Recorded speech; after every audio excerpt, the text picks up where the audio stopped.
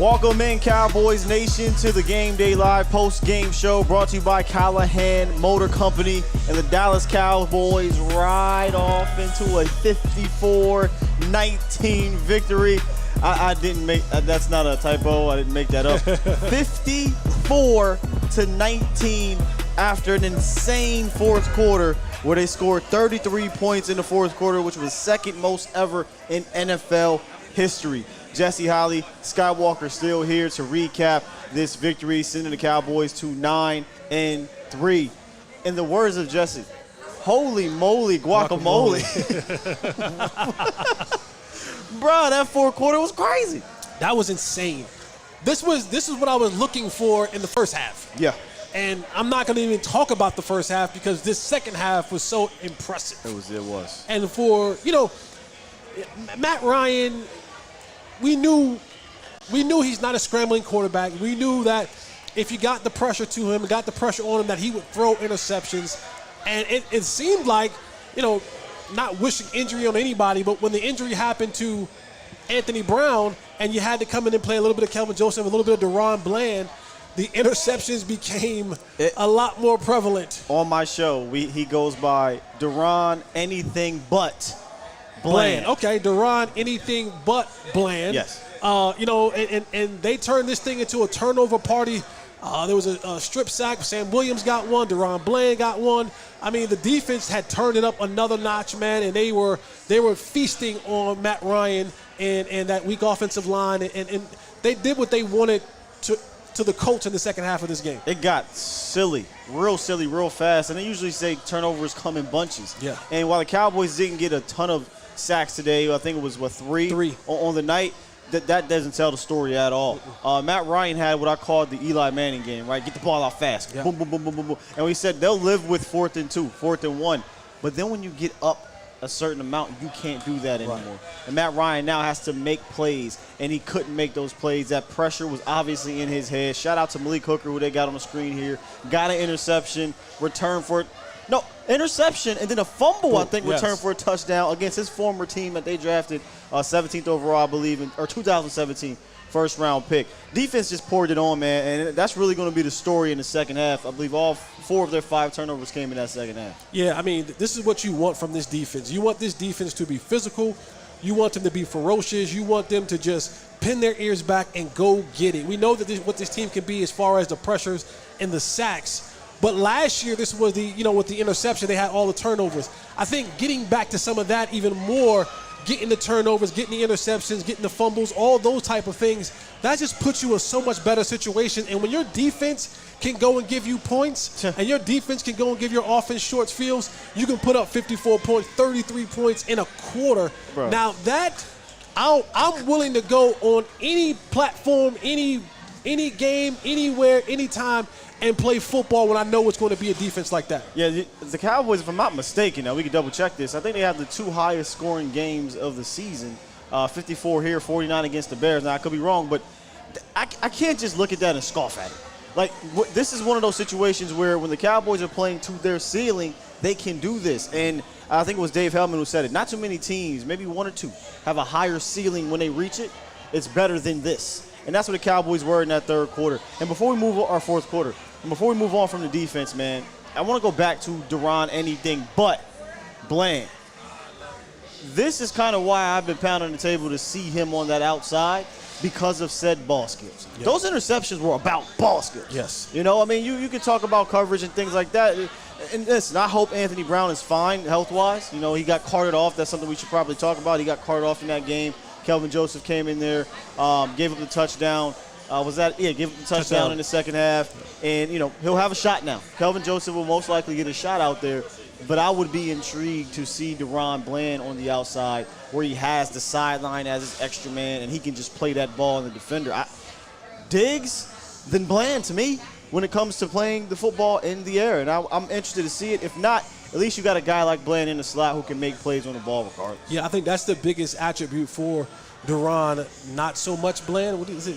Deron? Deron, anything but Bland. Yeah. I think his ball skills is probably one of his best attributes. His ability that when the ball is in the air and he's attacking the football, that he's going to get it with the expectation of this is my football. Yeah. Right. And the only other person that we've seen really do that from the defensive backfield is Trayvon Diggs. And now you see Bland, even when you saw him in the preseason, he had his interceptions, you would see him attacking the ball, really trying to make plays on the ball. He's not just trying to knock it down or get a pass breakup. He's like, no, if I'm in the vicinity, I'm trying to pick it off. And so now the thing for him is he has to be able to combine knowing what to do, right? Because if you're going to, it's different when you're playing, mop-up minutes and, you can expect everything to be a pass opposed to when you had to play the full game. So now you got to be able to take that and. Well, that would be for Joseph, because Bland's been starting since J. Lou went out. Remember, J. Lou's been out, so Bland's been the starting slot for, I don't know. But if he's going to start outside. Well, yeah, if you put him outside, it's going to be a different type of game out there. I don't think they will. Okay. I'm interested to see that, because the Cowboys have been getting burned in man coverage on over routes. Kelvin Joseph has given up over route touchdown and then a jump ball touchdown in the red zone. AB has given up I don't know how many countless deep balls this year, early in games at that. And so I'll be interested to see that. But I don't think they're going to do it, because Kelvin Joseph is now about to get his shot to at least play extensive minutes out there. And unfortunately, the Cowboys, depth-wise at corner, and this is a discussion we go in depth with throughout the rest of the week, but they're losing depth. Yeah. I mean, it's one thing to lose Jordan Lewis, and people are hit and miss with J. Lou, and I get it. AB has not been great or whatever, but now we're talking about bodies, man, that has some ability to play all over across the defense. Now we're going to get to the cat from the Falcons that Dan Quinn drafted, and I think he's on the practice squad. He's likely going to come up. So, they got to figure something out. And maybe it's Dan Quinn switching up the scheme. Let me ask you this. Do you, with the leash of Kelvin Joseph, do you give him a long leash and say, hey, we're going to let you play this thing out. We're going to give you a great chance to try to, secure this spot? Or is it going to be a short leash and go, hey, we can't afford for you to lose this many matchups, and now we'll give Deron Bland a shot? Because sometimes that can be a good or bad thing. Because he's a young player. Well, not even that. I never want guys to be looking over their shoulder. Like, if I give up a pass play, am I coming off the field? If I give up, a touchdown, are you pulling me out now? Because now everything that I do is tentative. That's a good point. I don't think I would have a short leash on him in the game. It would be a game's worth, and then the leash may be short afterwards. What I mean is, if he gives up a long play like an AB play, I'm not saying pull him right then and there. Let him dig out of it, because that's something I've been saying all year. Hey, let these young guys make these mistakes so that they can go on film, and then they can go into the locker room or go to the sideline and try to correct themselves from said mistake. It happened to Deron Bland. It happened to Deron Bland in Green Bay. It happened to Deron Bland in the preseason. It happened to Deron Bland against Washington.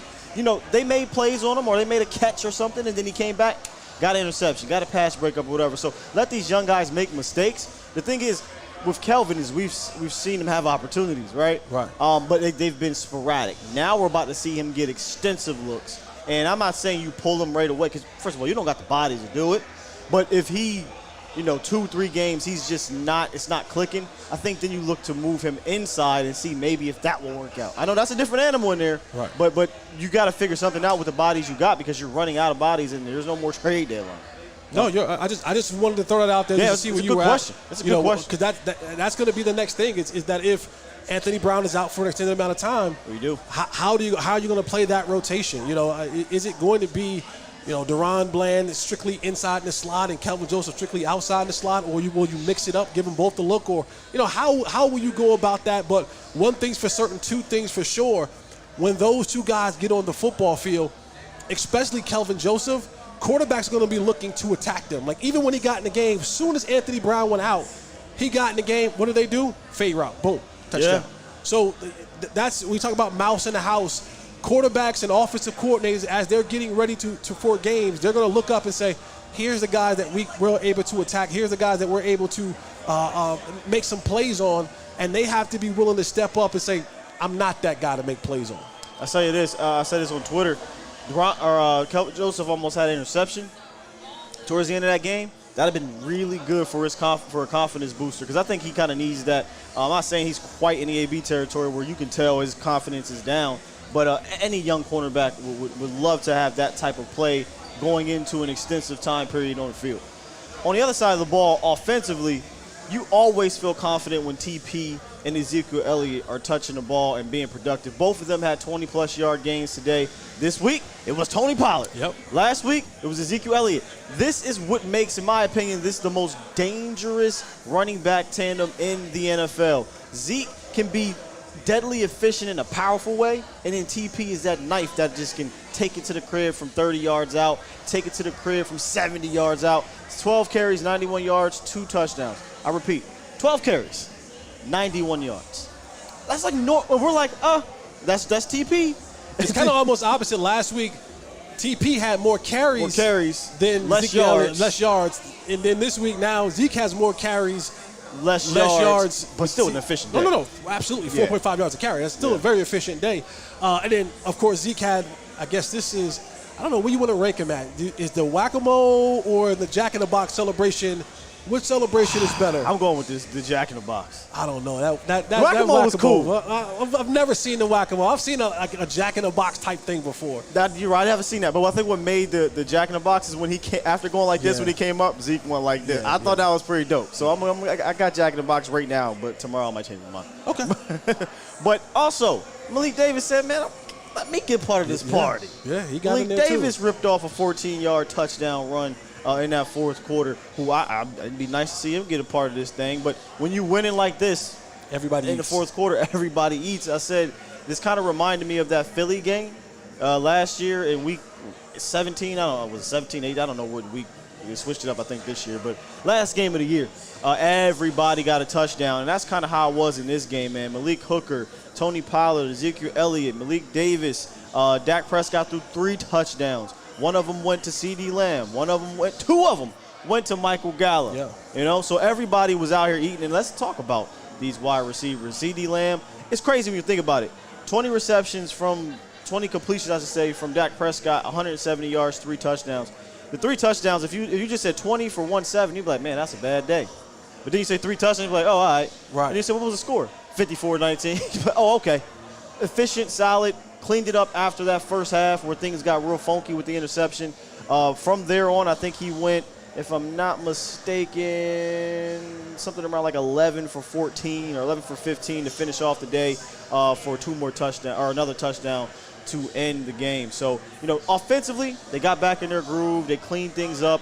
I talked about how Gus Bradley is a respectable defensive coordinator. This is a solid defense. It was going to be tough sledding out the gate, but eventually, and I need to get this shirt, the cream rises to the top. Yeah. You're a better team. You're a better team than they are, and you should have been able to do what you did, maybe not 33 points, but offensively find your way, and they did. No, they absolutely did. And I think even though the 2 touchdowns for Michael Gallup, you saw that he did things that he is best at doing. He had the shallow cross. What happens? Give him the ball while he's on the move. Turn up the field. He finished strong. Then you gave him a fade route. High point the football, bring the ball down in the end zone. Those are the type of things that Michael Gallup has been bread and butter with his entire career. Yep. It's when you try to get him to do things that he's not really well-versed at doing. And, while the numbers weren't, glaring 4 catches for 23 yards, it's the 2 touchdowns. It's the 2 touchdowns. And how you did it.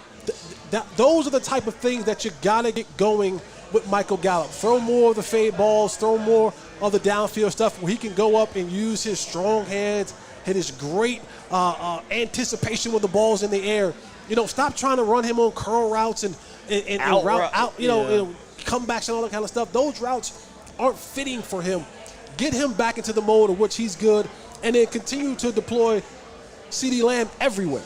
Yeah, they moved inside, him around a lot. Outside, in the slot, in the motions. I mean, they were getting him involved in a lot of different places, and you saw him be effective in all those places. I absolutely love the way the Cowboys are using CD. He is being featured. Yes. How many times last year? Maybe it's by default because you don't have 3 different type of wide receivers you got to get involved. But how many times last year did we say, why aren't we getting a certain player involved? Why aren't we featuring a certain player? And I'm not just talking about that receiver, but just a player in general. Right. There has been an effort, a real effort to get these guys involved. And I thought it was a perfect sequence. on a third down play. CD Lamb is in motion, and they bring him underneath. What did we talk about last week? Send these other dudes on that mess and let CD come underneath and use his yak ability. He put a nasty stop move on somebody that helped him get an extra gear for a first down. Next play, Michael Gallup. Fade ball. That is the perfect way to utilize these guys. Have CD Lamb move all around. And I know Michael Gallup may only have 3 routes in the route tree, but damn it, he's really good at it. Right. And if you put him in the right spot, he can be that possession receiver for you until, again, you figure out other ways to utilize this wide receiver room. So I want to give credit to Kellen Moore and Mike McCarthy, because I think over the last couple of games, what we've seen them be able to do is come into halftime, adapt, adjust, do some things that get. Did we say that? Adapt? Yeah, I know, right? And see them come out of the second half and really be able to kind of transform and change the way they've been operating, because the last 2 weeks we've seen 2 really mundane first halves. And then they come out of the halftime, completely different football team, offensively and defensively. So that was a knock on Kellen Moore for a long time was, can you go into halftime? Can you adjust? Can you get, those little tinkerings that you need to do to be a better football team? And they've seemed to come out in these second half of football games and really begin to pour it on significantly to these football teams. I still don't like the slow starts, and it's easier to have slow starts against teams who aren't really good or who doesn't have the quarterbacks that are able to really capitalize on those slow starts or those mishaps or those mistakes. But the way that they've come out of these games gives you hope that even if they went up against a good quarterback, whether that be Philadelphia, whether that be a playoff team, the Niners or the Tampa Bays or whoever of the world's, that they have the ability to adapt, adjust, and give you a different look in the second half of a football game to put points on the board and to come out victorious. Yeah, because last year, I said this before, at this time when the offense was struggling, and it's just interesting, man. You scored 21 points in a half. You're on pace for 42. But when you're focusing on the team like we focus on the team, we know what we mean by slow starts. But if you just happen to pop on, the box score, you happen to just catch a certain part of the game, I'm like, what do you mean? 21 points. Right, it is 21 points, but there is some up and downness into that and some shooting yourself in the foot. Yeah. And it's the stuff that we're like, man, I hope this doesn't happen. You get into the playoffs, you get to a better team. But the difference between now and last year was that seemed to follow Dallas into the second half. That's not happening right now. This offense is finding its way, is figuring itself out. That could be the adjustments. That could be your quarterback is healthier and more confident. And let's give them this credit too. Week to week, man. I don't care how bad a team is. They're going to come out here and give you their best shot, right? And they are showing some mental fortitude to be able to deal with adversity within a game. And Mike McCarthy talks about that a lot. Adversity. And sometimes teams aren't able to overcome that. Earlier in the year, the Colts beat the freaking Chiefs. You know what I'm saying? And that's what I was saying about this defense. The defense is solid. It has rattled a few quarterbacks from time to time. But can you finish, though? Can you get through the muck, the ugliness, and finish? And I don't think the Cowboys have ever finished like this in the regular season. I watched the game tonight, and I'm looking at the box scores right now. It's crazy. And it's really insane because when you think about it, at the end of the third quarter, it's 21-19. Yeah. They scored 33 at the start of the fourth quarter, and it rolled on after that. It was 21-19 in the third quarter. And then the Cowboys opened up. What's bigger than the can of whoop tail? I don't know. Laying the smackers down on your candy. Man, it was a Sam Clubs edition. 33 points in the fourth quarter. Yeah. And now, again, this is only the second time this has happened in NFL history, right? It's the second highest scored in NFL history.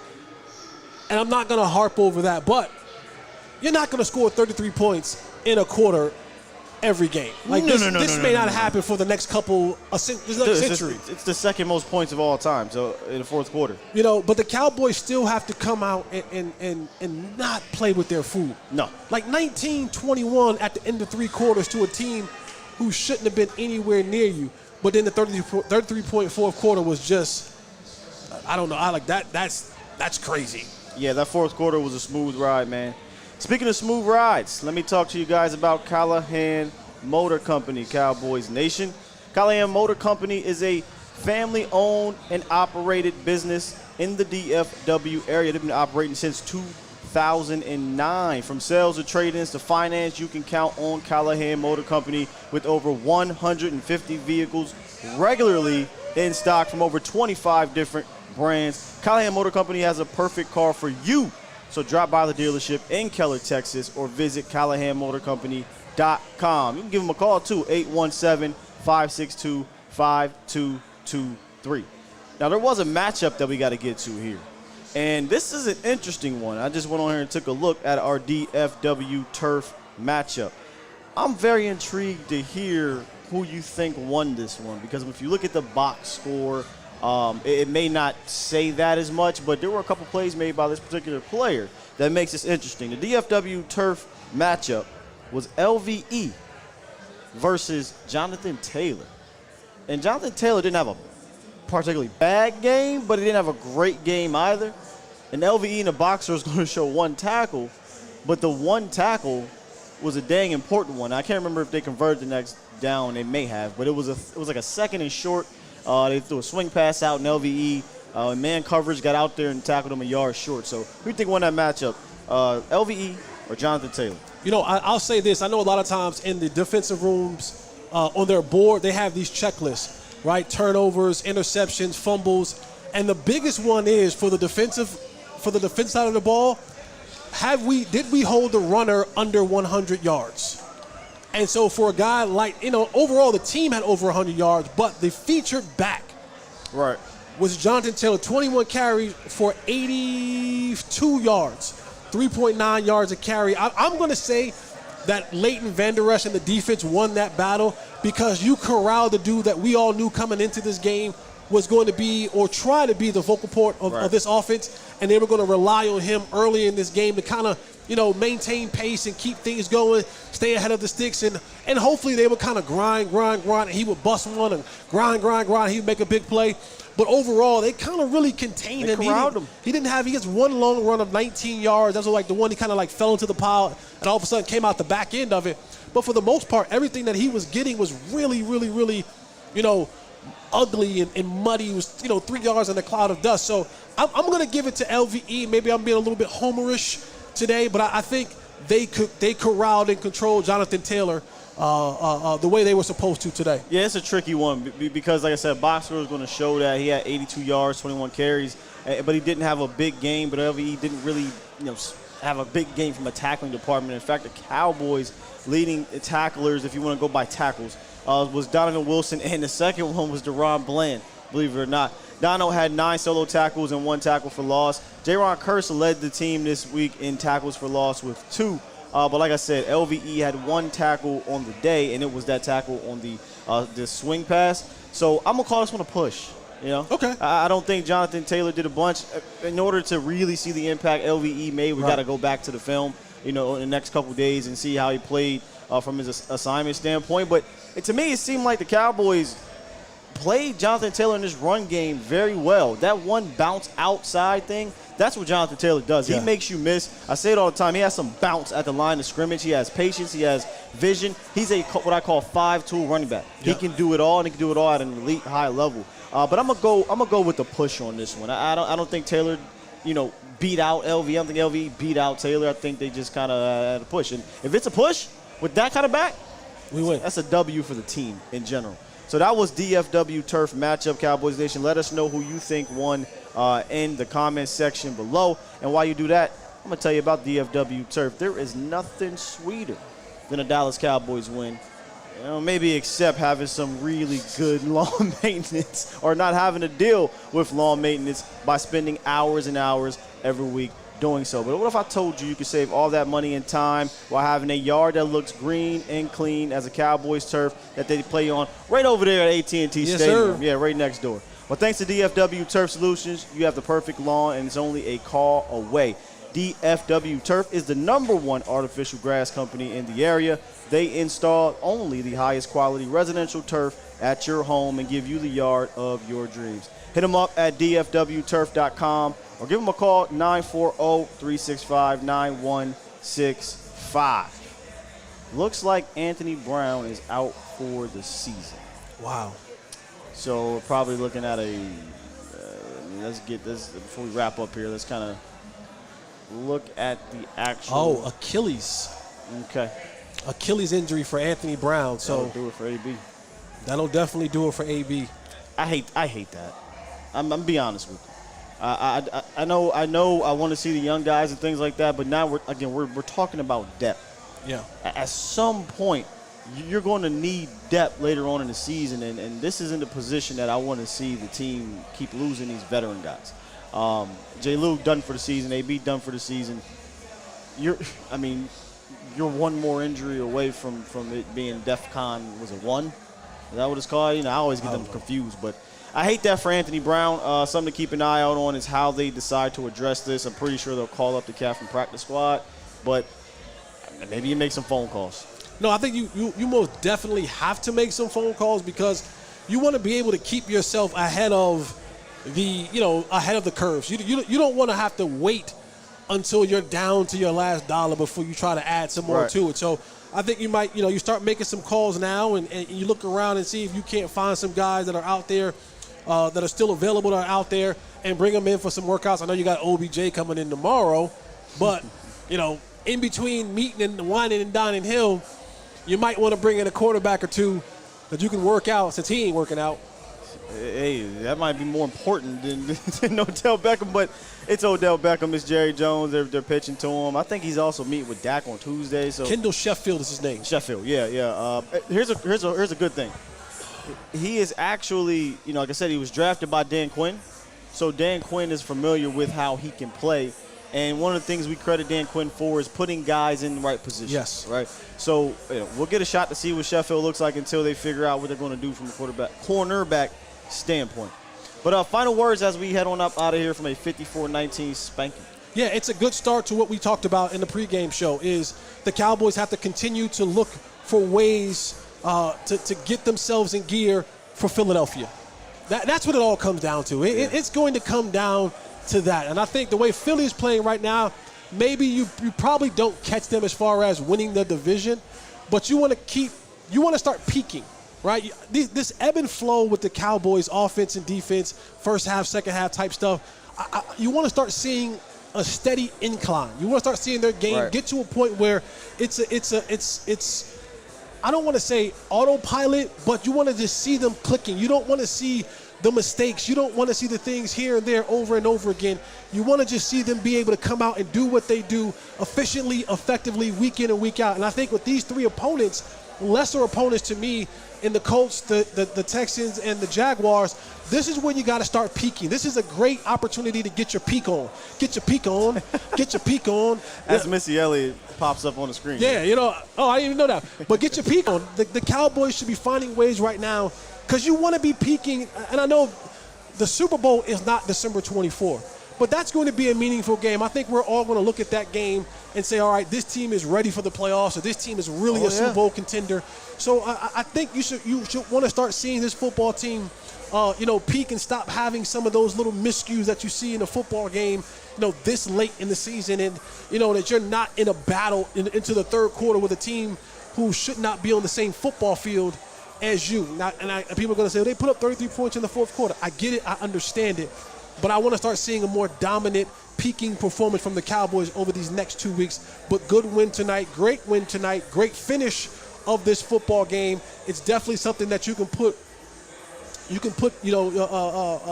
the victory film on Monday and get yourself prepared and ready to go for your next matchup next week. Yeah, I always say it's so much better to deal with things you got to clean up in a victory. Definitely a victory like this, where everybody's having fun and everybody's eating. But to kind of just piggyback off of what you were saying, the way the schedule is panning out, this is definitely, these next two games now are warm-ups for that matchup. And it may not even be for the division, but it's going to be for a deciding factor to say, hey, is this a real contender, right? Right. I think the Cowboys can be real contenders, but these next three games are going to be games that, the league is going to respect you for, right? But that one in Philly definitely will be. But you got to take care of what's in front of you. You got to eat your food in front of you and not get full. And they got a long ways to go until they can get full, and that's not until February if we really want to talk about being full. Yeah. But these next two, they got to handle business. The AFC South is not a great division right now, and you got to take care of it. Now, once you get into that latter stretch, I told you this before, I love the schedule down the line because you get that division rival against Philly. You get a tough Mike Vrabel running team on the road against Tennessee, and you finish off with another division rival who's fighting for a playoff spot. So you're going to get hungry teams. You have to be able to match that energy. Look what happened today. Teams are going to give their best shot against you. It don't matter if you're at Jerry World. It doesn't matter if you're on the road. You are their biggest shot on the schedule. Everybody circles the Dallas Cowboys. So 60-minute game, right? I say it all the time. A week-to-week league. Cowboys finished this one. They finished their food. They did. They was kind of doing this what they played. They were playing around with the peas and you know. Yeah, but then they finished it, though. They said, you know what? I am hungry, Mom. Now, Mom say you ain't get up from this table till you finish your food. Yeah. You don't want to eat, or you going to go to bed hungry? All right, I guess I eat. 33 points in the fourth quarter. And then they go, well, why you didn't do that before? I wouldn't have had to pop you in the back of the head. You should have just did it. I wouldn't have had to, Mama. I wouldn't have to put my hand right in there. Yeah, just eat. Just eat your food and stop playing with your food. Eat, let's go. Yeah, or give it to the dog. One of the two. No, you ain't giving my mother food to the dog. No. She whooped you and the dog for eating the food. The dog was like, I don't want nothing to do with that. I don't want nothing to do with that. I want no problems. No, I ate mine. You eat yours. Ah, man. All right, Cowboys Nation, that has been the Game Day Live post-game show for Jesse Holley, Skywalker. Before I sign off, though, I always make sure I say this. Where can they find you? Oh, you can find me all throughout the week, man. 5 days a week hanging with the boys. I'll be there doing that. Mondays and Fridays, I'll be on Believe. And then on Wednesdays, you and I will get our thing going on 4th and Long, Cowboys 4th and Long. And Twitter. I love to send people to your Twitter. And please. That's why I said you can find me on Twitter at Mr. 4th and Long. Oh, please go bug him. I love to see how he just gets at y'all on Twitter. Yeah, so y'all can come and bug me, but just know that, pray with me, don't play with me. Ooh, I love that one. What'd you say? I'm 60%, or was it 80%? I'm 85% saved. 15% still in the streets. God working on me. Hey, man, I'll have me on Twitter, at Skywalker Steel. I know you ain't about to do, but I know that ain't who I think it is. You know what it is. Oh, you know how we get down when it's victory. It is a 54. It is a 54-19 beatdown, and it's cold as a mess out here. But it ain't a victory. It ain't a victory pose without a victory pose, Cowboys. Yeah. We'll see y'all tomorrow, man. A to Z Sports Live morning show, 8:30. Holla at your boy. We out. Peace. I'm in my zone, on the road to the Super Bowl. Every game on the schedule crucial, it take a toll. It don't matter if we at home or on the road. You try to tackle, I'll truck a sucker and take it so. I'm staring at 4th and goal, gotta find an open hole. A linebacker just close a hole where I'm supposed to go. So now I'm thinking my centers are all pro, so I trust he can make a walk for wherever the ball go. Yeah, there's 5 seconds on the play clock. The crowd was loud, but they stopped. Now it's silent while they watch. They stand off in the red zone.